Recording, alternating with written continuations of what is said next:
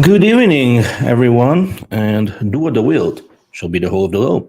And welcome to our weekly Thelema After Tears. How's everybody doing? Uh, hello, Go. Welcome to the first. I think it's gonna be just us today. Oh, I can see some more. Okay. Well, how's everybody doing? I'm doing okay. It is. We've been celebrating the start of the new Thelemic here in the last few days.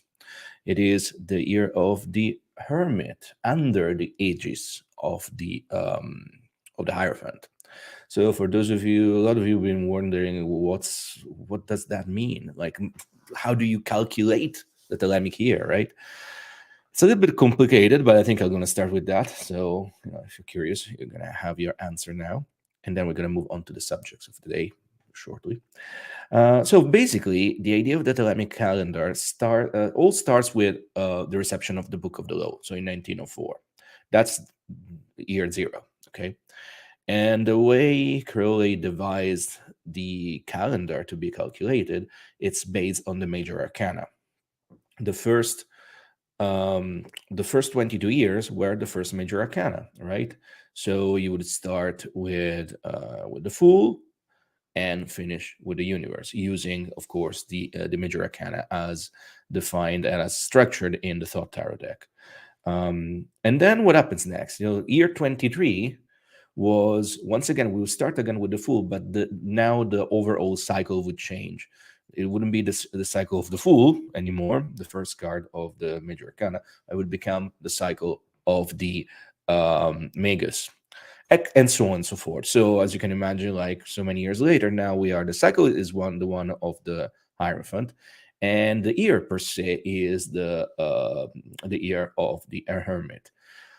You can try and have a general idea of the energies at play by looking at the correlation between the two cards, right? And so in this case, we have a very interesting one because we have both very, well, I would say almost like patriarchal figures. I mean, surely the Hierophant, especially if we see it as the Pope, it's definitely a very patriarchal kind of figure. And the Hermit is a bit more complicated, especially in lieu of the Thoth Tarot. It has a lot of sexual tones or undertones, I would say, and sexual magical undertones. The fact that it's an interesting one. Let's put it like that. I don't want to derail too much the stream for tonight's topic. So you could argue that this year might end up being a very spiritual one. Okay, possibly one whereby we can reclaim whatever good bits of the last vestiges of patriarchy still has and use them in order to further our spiritual endeavors. Then again, just take it all with a grain of salt. It's almost like doing a horoscope. If you're a serious astrologer, you will know that horoscopes are pretty much pointless, right? You have to do other kind of studies in order to get a proper understanding. So we have here a comment. Some Hindus share it as New Year. It's also, many cultures use the equinoxes as the start of the new year. It makes sense, right? It makes a lot of sense from an astrological and astronomical, I would say, as well, point perspective. So very well. What are we going to do tonight? Well, first of all, as usual, you see the ticker down. If you want to ask some question anonymously, that's the link. You should know it by now. We've been using. I do have some interesting questions from there, and I will answer them later. Then, what should I say? Well, let's get a little bit of self promo out of the way immediately. So stop that. So if you want to support me, you can do it in this way. I don't have to repeat it anywhere. That's the way of supporting me, especially here on YouTube, right? If somebody's on Twitch, I still cannot monetize the streams. I don't know if I'll ever be able to. They need a lot of you need to hit a lot of check marks. But anyway, if you want to support me, you can do it by clicking on all of these various things. Okay, thank you very much for even thinking about it. And of course, thank to the members of the YouTube channel who has already signed up, and it's a small army that's growing. Thank you very much. Yes, so what else can I do? Next week, it's going to be my event at Leamington's Pub. We discussed this before. I just have to remind everybody who wants to come. The tickets are going. I think we should be fine, right? I mean, it's not like, I don't know, a big band or anything like that. But just to let you know, if you're interested to come to Leamington's Pub next week, meet me in person, meet Luke, have a chat with us, get the tickets, right? It's your time. Alrighty then. So, what are going to be the topics we're going to discuss tonight? So, as you might have seen from the kind of clickbaity thumbnail, it's a discussion about the Enochian angels, or well, the Enochian system, I should say. And a little bit of tea because my voice is still not great. So, one of the questions I got from, well, one of the topic that I got from everybody who answered the question that I left last week was to discuss a little bit about Enochian Magick, the Enochian angels, their nature, what is what is Enochian even about, etc., etc., etc. By the way, I see somebody that I know from the past. Hello, Maria. I haven't seen you in many years. Is David there with you? Because I know that you are both very interested in Enochian Magick. So, and also one question that I got from Dr. Justin Sledge is, how is the vision and the voice, Liber 418, used in Thelema in this day and age? Like, does it have an important place in Thelema, in Thelemic practice, Thelemic, let's say, theology, etc., etc., etc. So I'll try to cover as much ground as possible, and I would like to also immediately leave a little preface here by saying that the subject of Enochian Magick is vast, and it will require a lot of actual study. Like, I will suggest you some books, but they're by no means all the books that there are, right? It's a very, very, very vast subject. So also I would say that there in the last 20 years there's been a lot of people that wrote about it, and while I think it's always interesting to read everything, right, especially if you do have an interest in a subject, it seems to me that everybody is crafting their own UPG, like unverified personal gnosis about the system itself. So I'm just going to introduce it as, considering that you don't know anything about that, and if you do know, well, a lot of it will be boring for you. Apologies for that, but anyway, feel free to comment on the chat. The Enochian system was received, as many of you, I think, will know, by John Dee and Edward Kelly, as they were really trying to find a way to create gold. Okay, they were magicians. I mean, John Dee was a magician. Edward Kelly was a different character. Some think of him as a con artist. Some think of him as an actual alchemist. And they came together by chance. And the history is very. I mean, you could write a Dan Brown novel about their lives. I don't know why nobody has done it yet. But anyway, the point is that what they were trying to do really was trying to generate the physical gold for their various wealthy and noble patrons, as well as obtaining information of divine kind to further the growth and expansion of the budding British Empire at the time. I mean, they were working under Elizabeth I. And it is definitely true that John Dee was very close to Elizabeth I. It was definitely, somebody called him a spy. Possibly, it's very, very likely, in fact. And it is also very true that his call sign was 007, which is from what Chaim Fleming got, the 007 kind of character, right? So this incredibly good at everything, polymath, adventurer, spy, etc., etc. Now, something that you should know, and what I'm showing you here is Mary Casabon, A True and Faithful Relation, which is it was pretty much a hit piece read by Casabon about what they were doing. But the fact that, as it often happens with these hit pieces written at the time, um, another one is the Monologie, for instance. Like like Casabon gave us a lot of information about what they were doing, how they were doing it, why they were doing it, etc., etc., etc. So this is the book you should start with, really. I mean, you can find it online. There's been some recent represses. It is an expensive book. It is a long book, a very thick book. I think it comes the current think you can find published. They go in 2 volumes as well. I don't know. It's not an easy read. That's what I'm saying. And it is also, I mean, I would say this is where you should start to have a general idea of what they were trying to do. And also, you will immediately realize that a lot of what you think you know on the Enochian system almost has no relation to what they were trying to do. Okay, the Enochian system of John Dee and Edward Kelly is very complex, and it has it also, like, it's very difficult to understand what the aim was. Okay, what happened here, to cut a long story short, is that these two were trying to contact the other.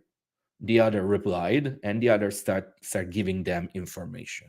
Okay, and this information was oftentimes not what they were expecting.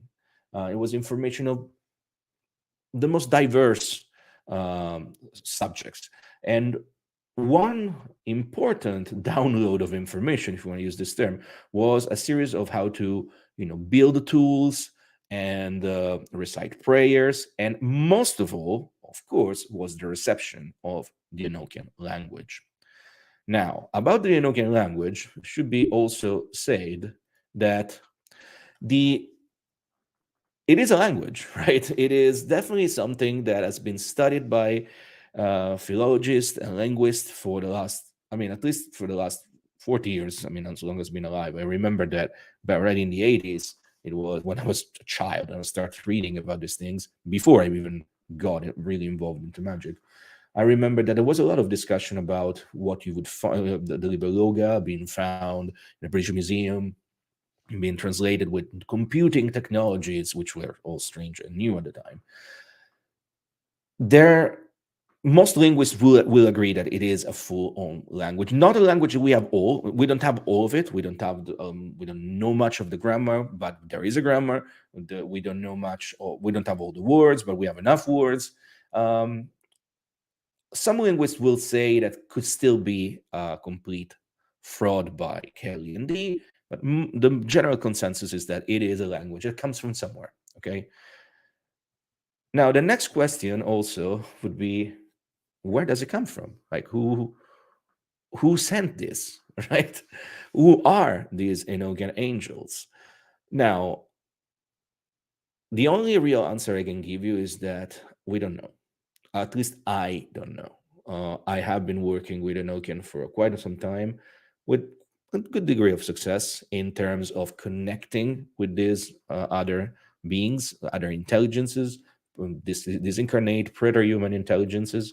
And I received interesting answers to queries that I had, to doubts, to, in general, receiving noses that I didn't have, information that I didn't have before, information that I was able to verify. So not just like, ideas that can come from everywhere. And as I was telling you last week when we were discussing the goetic spirits, I think that one key element of the connection with the other has to be the reception of information you didn't have before and then can be verified. Okay, if it's just like if you just do it for the thrill of doing it, I think that most likely nothing will come out of it. There has to be an element of an emotional link to it, as we were discussing. But in general, what you should do, you should receive information you didn't have before. And lo and behold, the Enochian system seems to be very good at that. So there seems to be this category of spirits which are called angels because Dee and Kelly, being Christians, received this image as, and these beings propose themselves as angels. However, the nature of this angel has been debated because they don't really fit any mold that classical angelology or even esoteric studies of angels have been able to determine. Okay, a very common, I would say very recent, but very common, is under description is that this might be, the fallen angels that mated with women, and so the various Shemiaza, Azazel, etc., the ones that we found, lo and behold, in the Book of Enoch. Well, the Book of Enoch is a real book of the Bible, which I'm stupid, I don't have it here. I have in the other room. So, but yeah, I mean, like, you can get it. It's something that has been reprinted widely. It's a real book that has been eliminated from the canon of the Bible, but it's a real book, and from that book comes a story that everybody interested in esoteric will know. The idea that at some point, in the prehistory of humanity, pre-flood, before the biblical flood, I mean the one that destroyed Earth, and then you had what's his name, Noah, going away with the ark. At some point, some angels that rebelled against God, but they weren't cast in a way with Satan. Well, something just dropped from the floor above. Thank you, Satan.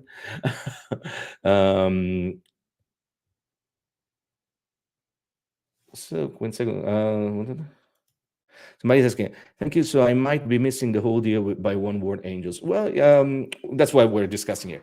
So the point is that, sorry, I just lost my train of thought, that these beings might have been this category of angels cast from heaven, didn't fall down with Lucifer, but they got stuck on earth, and then they mated with women because they lust after them, and from that offspring came the Nephilim.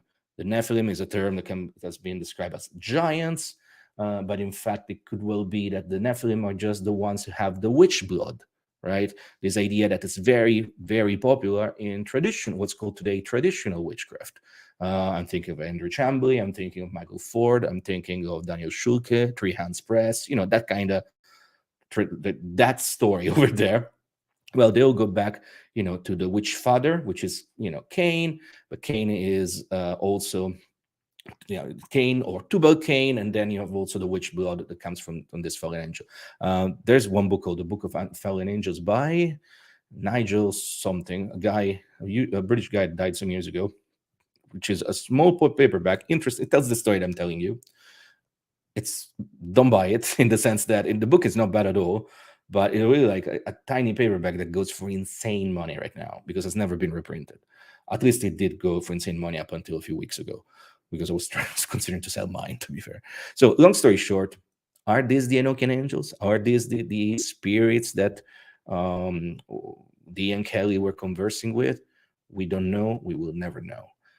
My interaction with them has always presented me as beings of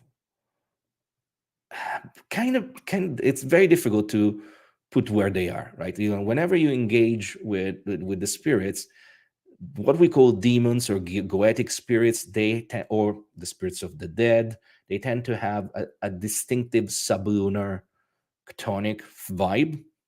When you engage with what we call angels, and I'm thinking about the archangels, Michael, Raphael, Gabriel, Uriel, or the Olympic spirits of the Arbatel, Arathron, Bethor, etc., or Metatron, or every like the planetary angels, etc., they feel distinctively superlunar, so cosmic in a sense, right?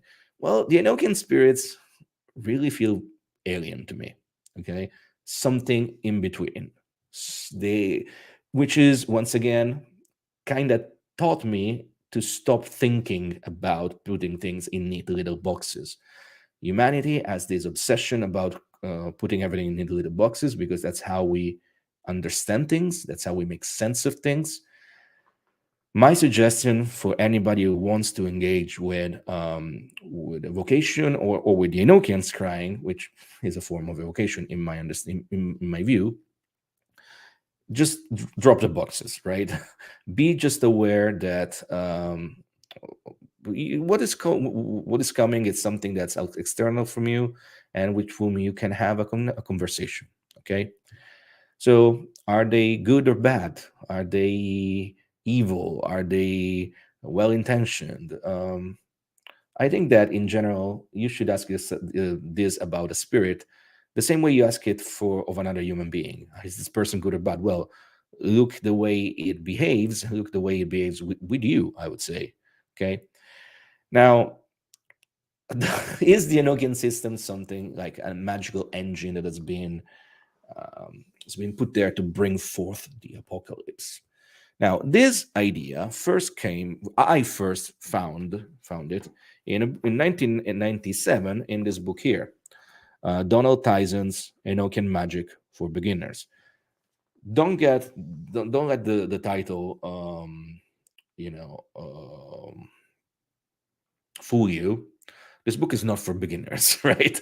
Uh, when I first read it, I thought it was very interesting. In time, I came to refine my understanding of this book in the sense that this is a classic example of what I was telling you at the beginning, right? The fact that the this is UPG, right? This is Donald Tyson's work. He clearly worked with the Enochian system, and he had his own experiences with the Enochian system. Now, I still suggest this as the if you have to read one book on Enochian, I still think this kind of covers all the grounds because it speaks of the history, John D. And Kelly, of the evolution of the Enochian system, because as I was saying at the beginning, the Enochian system of D and Kelly is very complex, and they themselves didn't know much about what to do with it. They were just there to receive information. The angels always told them not to use it. Okay, the angels actually intimated to them, not you're not meant to use it. You're just meant to receive it. Of course, they did try to various degrees of success. A lot of what we consider usable today, a lot of the praxis that comes with the Enochian system comes from the Golden Dawn. As usual, the Golden Dawn kind of is the starting point from a lot of what in this day and age we consider magic. Okay, because they did a lot. They were the first that got a lot of information and tried to again put it in neat little boxes, repackage it, and create more or less working system. Now, I have to tell you, if all you know about Enochian magic is the Golden Dawn, and by extents, the Crowley way approach to go to Enochian magic, you really know 10% of it. There's way more. There are way more things, way more things to engage with, way more practices, etc., etc. But not even the Golden Dawn did not really know what the system was about. There is a point, right? Like for instance, here Maria Montgomery is saying it's interesting that the elemental angels of the watchtowers have distinct differences from the planetary angels of the heptarchia, as well as those from the ethers. This is, of course, is I agree with Maria 100%.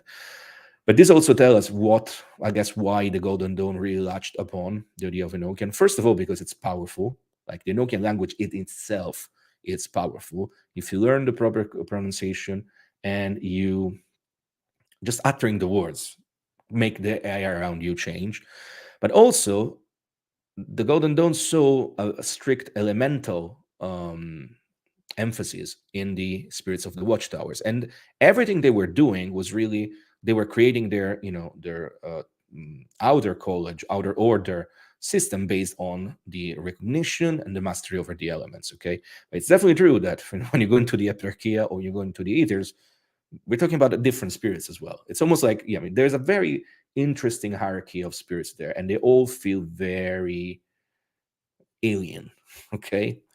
So, long story short, this is because to say that the Golden Dawn, well, possibly that's why they latched onto it, because they were using it in their elemental workings. Okay, they go and use the elemental kings in their own workings, especially workings of the second order.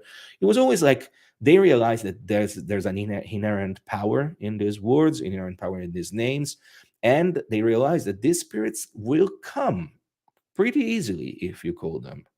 Um, and so there was like, hey, instead of trying to chase something very different, let's try to use as much as Enochian as we can. Unfortunately, by doing that, they created their own UPG. They created their own system, and a lot of magicians nowadays will think that they that's all the Enochian that there is. There isn't. There's so much more.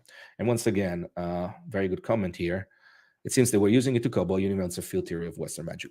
That's it. I agree. That's exactly what they're trying to do, and it's almost like pretty much as in science and physics, we're kind of moving away from the universal field theory now, but no other emergent theory is becoming like is finding enough evidence.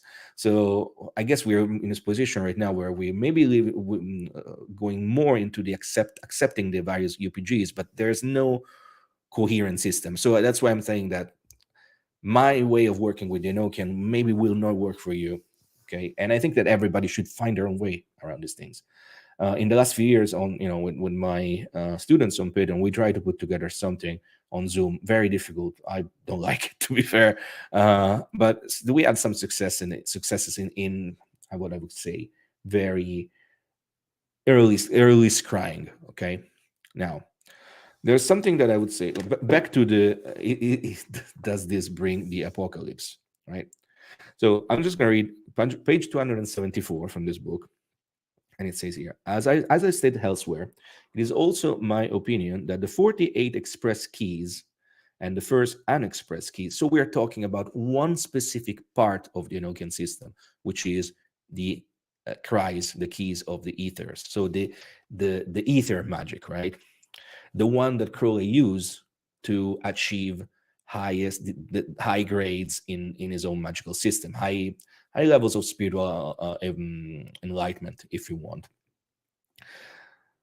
So the keys are intended by the angel to be used in a great working, probably of 50 days duration, designed to initiate a period of destructive transformation that is generally known as the apocalypse. And pretty much he goes, like our man here, Donald Tyson, goes quite in good lengths to make a compelling argument for that. Now, I think there's some value to that vision.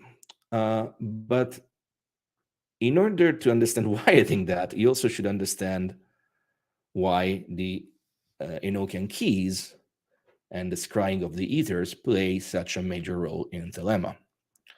Now, as I said before, Crowley was using the Golden Dawn version of the Enochian system, and even not all of it, because at some point, we're now in when he was like going through this phase, which was 1909, he was really using sex magic with Victor Neuberg to achieve a state of energized enthusiasm, and by that accessing the visions of the ether.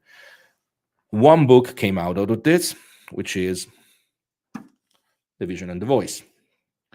The Vision and the Voice, Liber 418, which is the name of, is the gematria of Rahukuit and Habrahadabra, so big names in Thelema.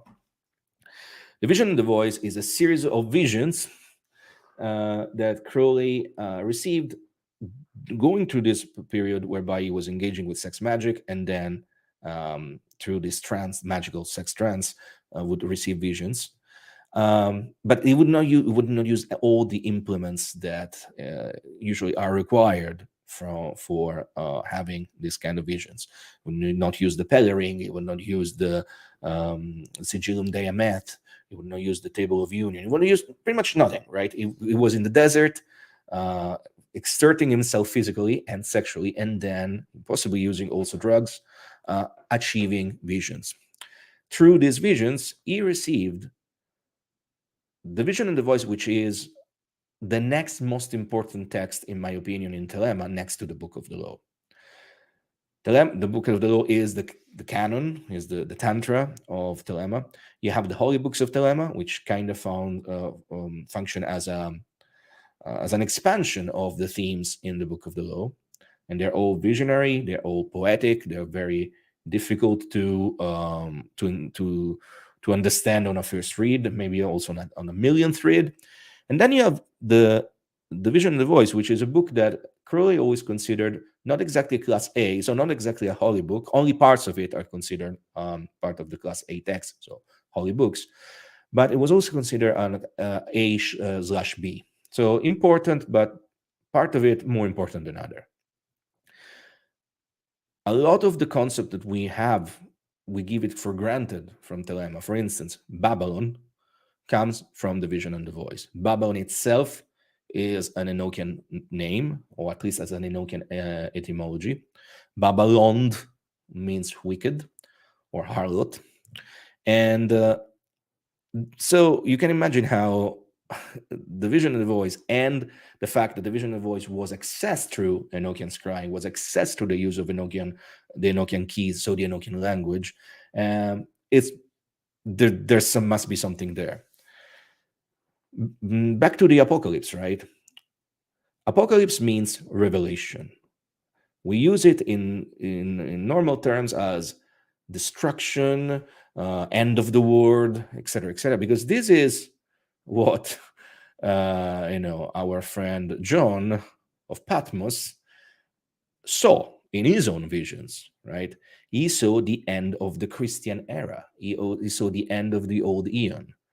And in his vision, you had certain characters like the Beast of Revelation and the Mother of Abominations, the Holy Harlot, as the villains, right? The ones that come and destroy the Christian era. Well, I feel that's exactly what happened. I feel that by receiving the Book of the Law in 1904, and then receiving the visions of Babylon and of Therion, and so almost like a new apocalypse. Crowley what changed the meaning from apocalypse as destruction back to the original meaning of revelation. This is the revelation of the new Eon. It's and revelation. Always look at the etymology of words, right? Literally, it's mean there's a veil. You remove the veil. You reveal. You make it something more clear, right? The Vision and the Voice, through which was again received through Enochian workings, gave us a new reading of the concept of apocalypse. And so, in many ways, my own UPG, like I said, this is something that works for me. I'm not stating that this is really how you should see it. Maybe you should try Enochian and see if you come to the same ideas. For me, yes, the Enochian Magick can be seen as a vehicle of the apocalypse. The problem is that I don't see the apocalypse. Or the problem, like the idea, the thing is that I don't see the apocalypse as something to be feared or something that brings destruction. First of all, because it already happened.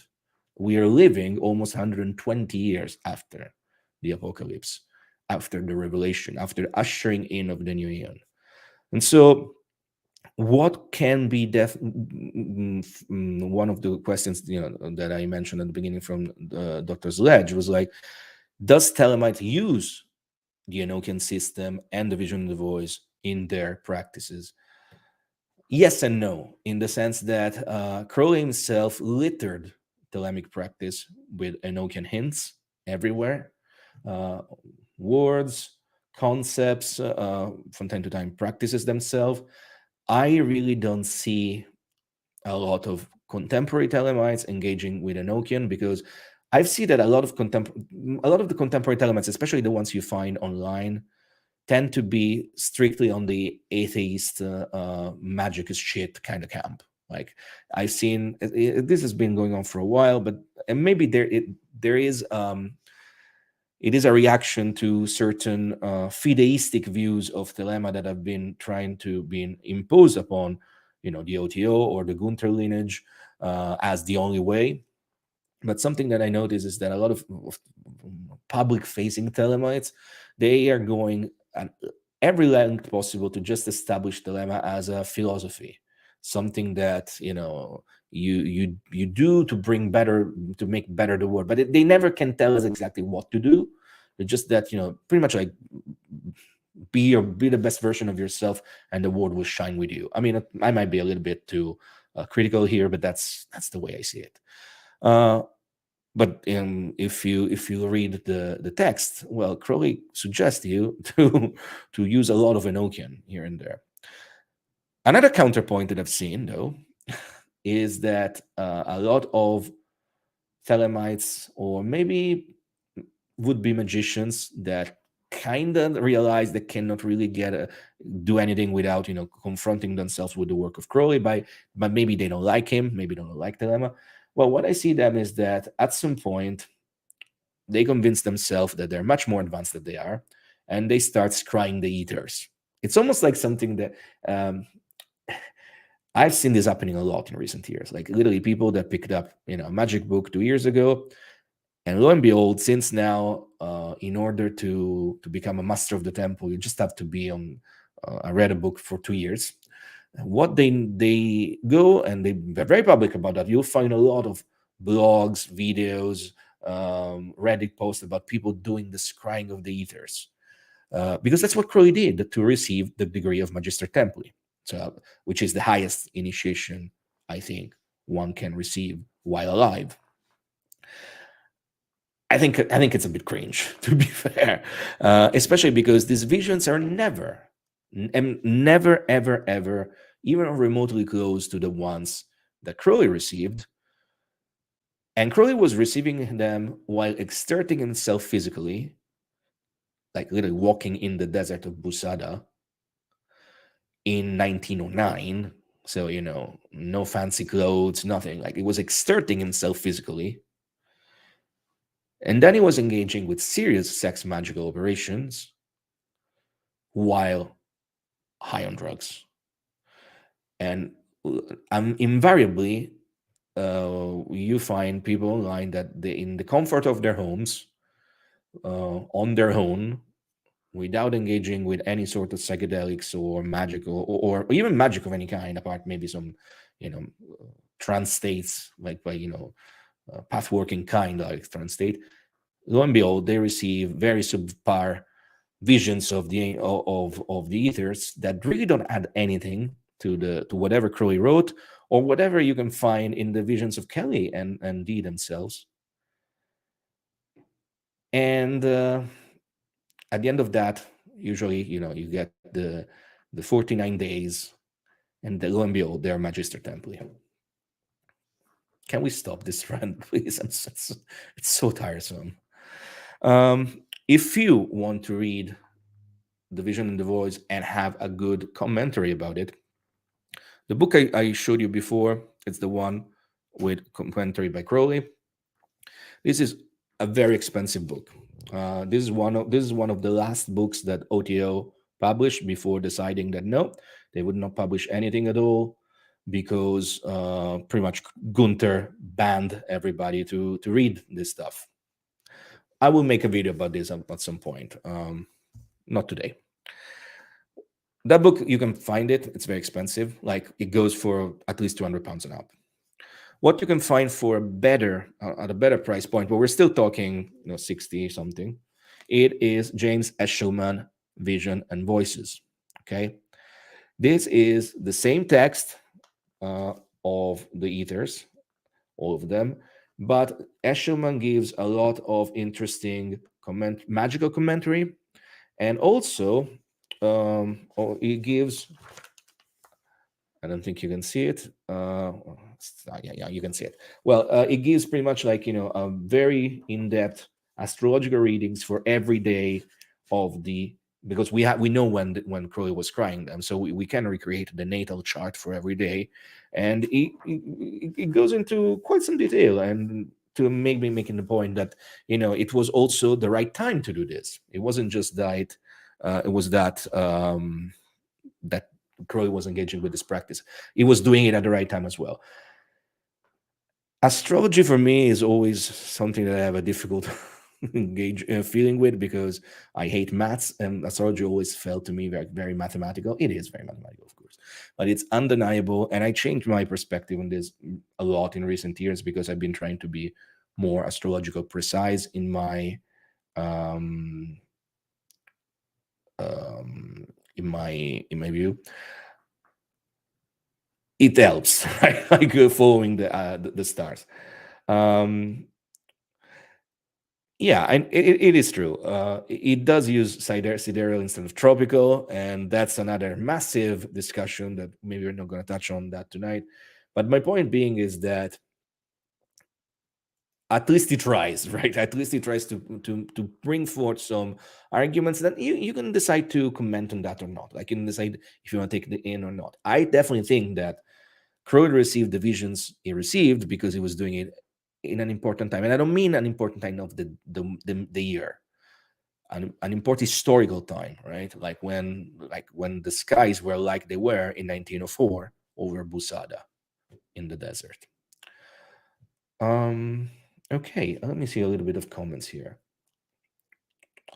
I hope I answered the question. Like, it's not a question, it's more like a general chatting about it. So long story short, if you have only one book that you want to buy, I suggest you get Enochian Magick for Beginners by Donald Tyson. It's not perfect. It's not the real deal in the sense it's not the book for purists. It is very much Donald Tyson's UPG, but it makes compelling arguments. And I think that if there's only one book you're going to read, that's it. I would definitely suggest you not read more recent books. I'm gonna be I'm not gonna be spicy. Get that one. Get Donald Tyson. And if you read Donald Tyson, then you can move from there. You can decide something else. On hermetic.com, there are a lot of interesting articles you can find for free on Enochian by David Richard Jones, by Ben Rowe, plenty. Like, unfortunately, hermetic.com is this website where as soon as you click in, even if you have like a ad blocker, you're going to be swamped by ads. It's really, really annoying, and it's been going on forever. Clearly, the guy's never going to change that. So you gotta make you're gonna survive with the ads, right? No, Maria, I'm not gonna be spicy. It just never works, right? I'll just say that think of a recent book, very recent book, like last few years book on the Enochian Magick and the British Empire. That book, you can thrash it. It's absolutely pointless, and it's actually kind of anti-Semitic as well in places. So I would not bother with that one. Okay, let me see a couple of questions here from NGL before wrapping this up. Okay, this is one question that I received from Anonymous. How long did it take before you saw undeniable results from your practices? I kind of hate these questions because for me, it always proves that the person asking this question doesn't understand that you should never care about results.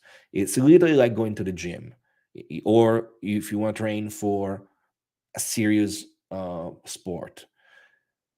If you're always wondering about whenever you'll be able to, I don't know, to bench press 120 kilos, it will take you twice the time that you'll be able to bench press 120 kilos. With magic, you just have to show up, do the practice, and show up and do the practice, and show up and do the practice. And then if you stick with it, results will happen automatically. I mean, literally, this is Crowley's idea of getting rid of the lust of result getting into the flow. You can think you can think of it as eudaimonia, in a state where things happen around you, and you don't have to do as much as lift a finger. That's, of course, it's a very advanced state. It's knowing your true will. It's being in full connection with the holy guardian angel. And on that note, that's my answer. The first time I could see that there was undeniable results is after I completed the Abramelin operation, and after I had the first union with my angel. It's something that would take years to refine and to bring to full adherence. Okay, but that was the first time, and that was what, 5 years into my practice, 4 years into my practice, of which, of those 4 years, two was when I was a minor, so before I seek out the AA training, and then 2 years into my AA training. Talking forever ago, that was the first time. But my point is, every time you ask yourself about results, you will postpone the results by a day. I mean, this is obviously silly, but that's what I'm going to tell you. Stop worrying about results. No results. Just do the practice. Fuck results. If you keep worrying about results, you're never going to get anywhere. Do you believe in any conspiracy theories? I mean, I just told you that I believe the Enochian system brought the apocalypse. Is that a conspiracy theory? Some people would say so. Some people would say that by virtue of having read a book, written a book about magic, I'm, a child-eating monster. I mean, I do get death threats all the time, by the way, and if I did it before I wrote a book, yeah, you would love to see my inbox in the last month and a half. Beautiful. It's part of the job, right? So is that a conspiracy theory? I don't know, maybe. Do I believe in any conspiracy theory like QAnon, Pizzagate, 15 was it 15 kilometers, 15 times CT, 15 minutes CT? But that's the latest bullshit. No, I don't, because I think that's only a reflection of how sick and how uneducated our society has become.